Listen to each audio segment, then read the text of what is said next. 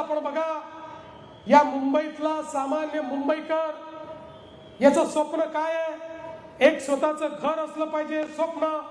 मुंबईतला मराठी माणूस या मुंबईमध्ये घर परवडत नाही म्हणून कुठेतरी वसई विरारच्या पलीकडे चालला गेला.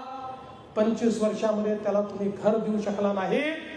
पण त्याच वेळी बीडीडी चाळीमध्ये राहणाऱ्या मराठी माणसाला 80,000 लोकांना घर देण्याचं काम या मुंबई बाहेर जन्मलेल्या माणसाने त्या ठिकाणी करून दाखवलं. 100 फुटात राहणाऱ्याला 500 फुटाचं घर देण्याचं काम आम्ही या ठिकाणी केलं. पत्राचाळ असेल, अभ्युदय नगर असेल, प्रत्येक ठिकाणी सामान्य माणसाला घर देण्याचं काम आम्ही केलं.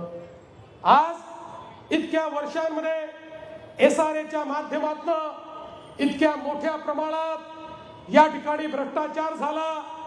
लोकांना घर देण्याच्या ऐवजी बिल्डरांनी एलओआयचं ट्रेडिंग केलं. पण आम्ही त्याच एसआरए मध्ये काम न करणाऱ्या बिल्डरांना जेरबंद केलं आणि त्याचं काम चालू केलं.